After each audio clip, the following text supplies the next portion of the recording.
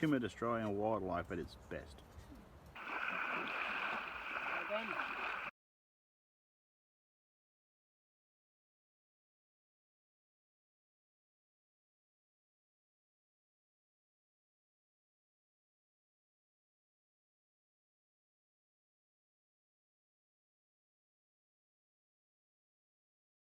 Hi guys, it's Mike here from KS Bushcraft Down Under.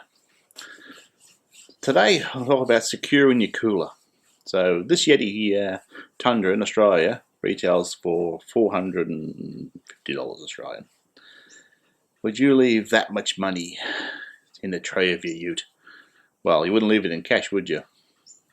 Now these coolers unfortunately are becoming very desirable, and those along with plastic Mac tracks are being pinched at a rather surprising rate here in Australia. So you need to add some security to it. It's a lot of cash you've invested in this cooler. It should last you a lifetime until you do a run to the Bunnings car park, which is a bit like Walmart, by the way.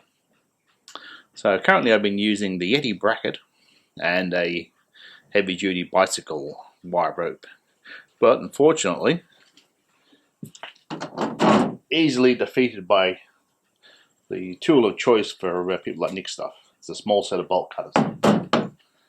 So my intentions are to build a better bracket that's at least bolt cutter proof. Anyway guys, that's the plan, and we'll see how we're going to get there. So this is my current setup. I put a good quality combination lock, so not a cheap lock. This is the factory Yeti bracket, which is plastic coated stainless steel, and a heavy duty bike lock. So unfortunately that's easily pinched through with a set of bolt cutters at that bit there, and this is easily cut. So the old saying, padlocks only keep honest people out. We need to come up with a better system.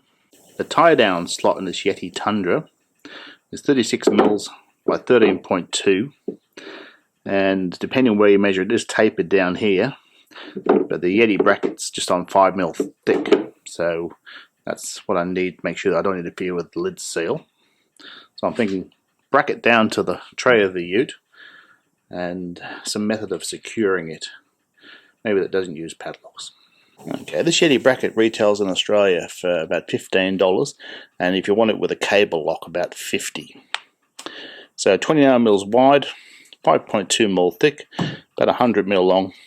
Plus it's got this kicker. I wanted to make it easy to put the padlock in. This part's 30, not an inch, just over an inch. So I was thinking, well, should I make it longer? Then I thought about it. Common tool for burglars is a shifting spanner. So if you make it longer, it'd be easier to straighten it.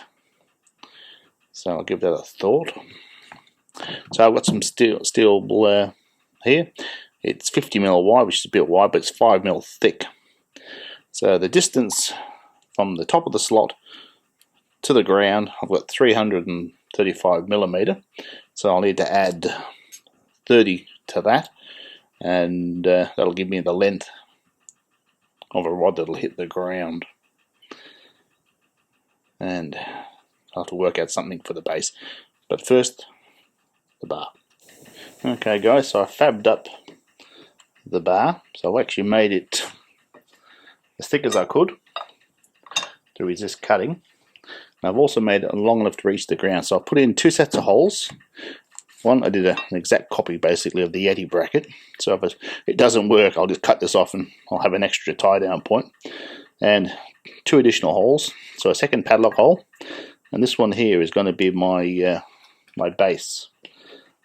So I'm trying to knot out how I can make it bolt cutter resistant, and it's taking a bit more thought than I would like. Anyway guys, we'll press on. Alright, that's the back bracket in place. So looking at this gap here, if I make something that tucks in here,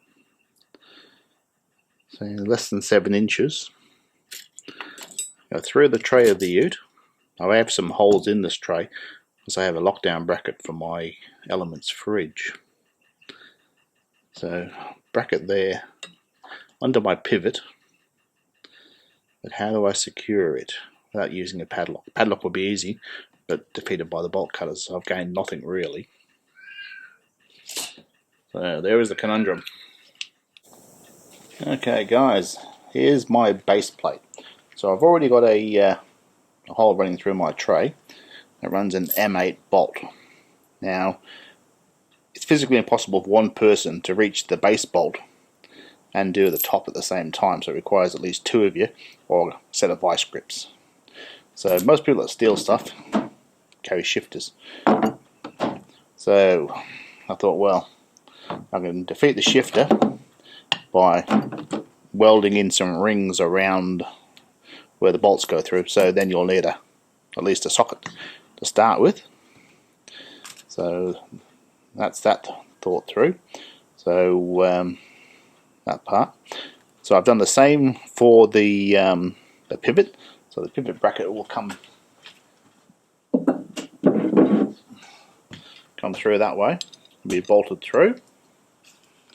So it will now require at least a socket spanner and a regular spanner. Then I thought, how can I make it even more difficult? Well, I could use a Torx bolt. Next time I'm down the hardware shop, I could buy a new bolt, or I could keyway slot it.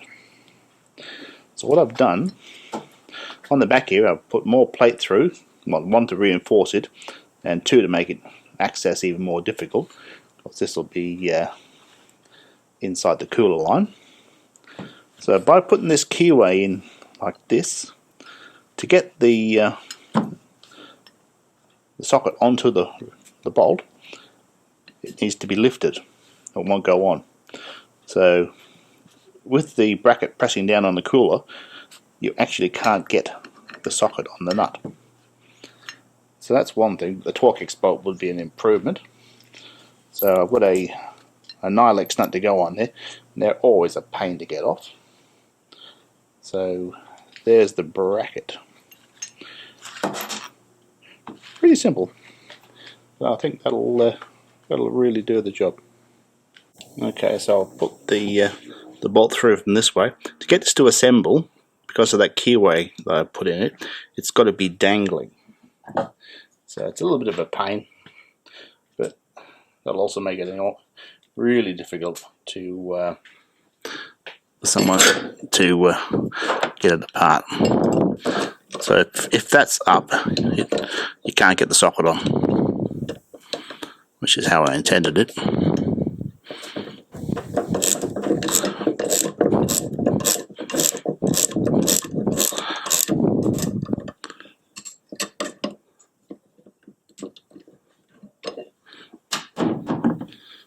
So when I swing it into position, if I can show you guys.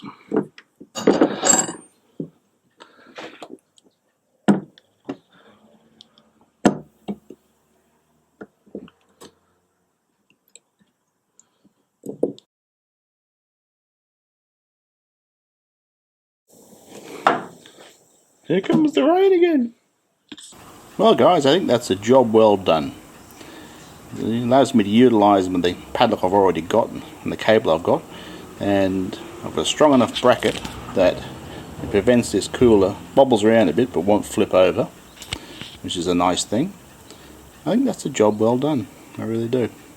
Anyway guys, if you like the content I create, feel free to subscribe, it helps me out greatly, and we'll catch you next time.